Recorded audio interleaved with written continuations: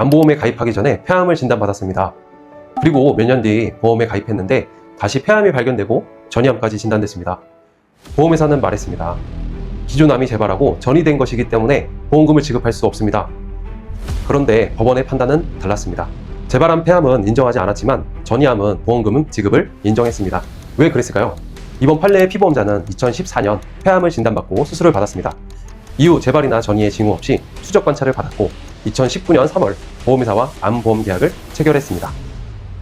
그런데 보험 가입 후인 2020년 8월 다시 폐암, 즉 C34 코드를 진단을 받았고 동시에 후복막 복막의 2차성 악성 신생물, 즉 C78 전이암도 진단을 같이 받았습니다. 보험회사의 주장은 간단했습니다. 2020년에 발견된 폐암은 2014년에 진단받았던 폐암이 재발한 것이고 C78 전이암 역시 기존 폐암이 전이된 것이기 때문에 보험에 가입한 이후 새롭게 발생한 보험사고가 아니라는 것입니다.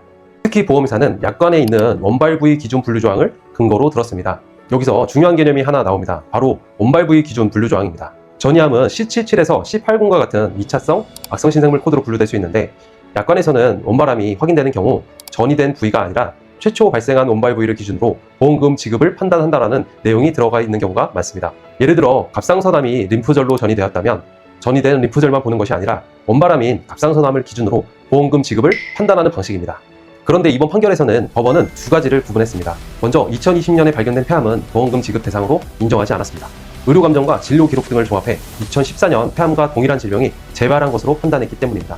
그런데 C78 후복막의 복막 2차성 악성 신생물은 달랐습니다. 법원은 원발 부위 기준 분류 조항이 전이암 자체를 보험회사에서 제외하는 조항도 아니고 원발암의 진단일을 전이암의 진단일로 간주하는 조항도 아니라고 판단했습니다. 따라서 보험가입 이후 C78 전이암이 처음 확인됐고 보험가입 이전에는 후복막 악성 신생물을 진단을 받은 사실이 없었다면 이 전이암 진단을 보험금 지급 사유로 인정할 수 있다고 본 것입니다. 이 판례에서 정말 중요한 것은 전이암이냐 아니냐만으로 판단해서는 안 된다는 것입니다. 보험금 청구를 검토할 때는 첫째, 보험 가입일은 언제인지, 둘째, 기존 암의 최초 진단일은 언제인지, 셋째, 재발이나 전이가 언제 확인됐는지, 넷째, 원발암과 전이암의 KCD 코드는 무엇인지, 다섯째, 가입 당시 약관에 원발 부위 기준 분류 조항이 어떻게 규정되어 있는지 함께 확인해야 됩니다. 결국 같은 환자에게 발생한 암이라도 모두 하나의 보험사고로 판단되는 것은 아닙니다. 진단명 하나만 보지 말고 보험 가입 시점과 의무기록, KCD 코드, 그리고 가입 당시 약관까지 함께 살펴봐야 합니다. 보험금 분쟁에서 중요한 것은 암이 생겼느냐가 아니라 어떤 암이 언제, 어떤 근거로 확정되었느냐일 수 있습니다.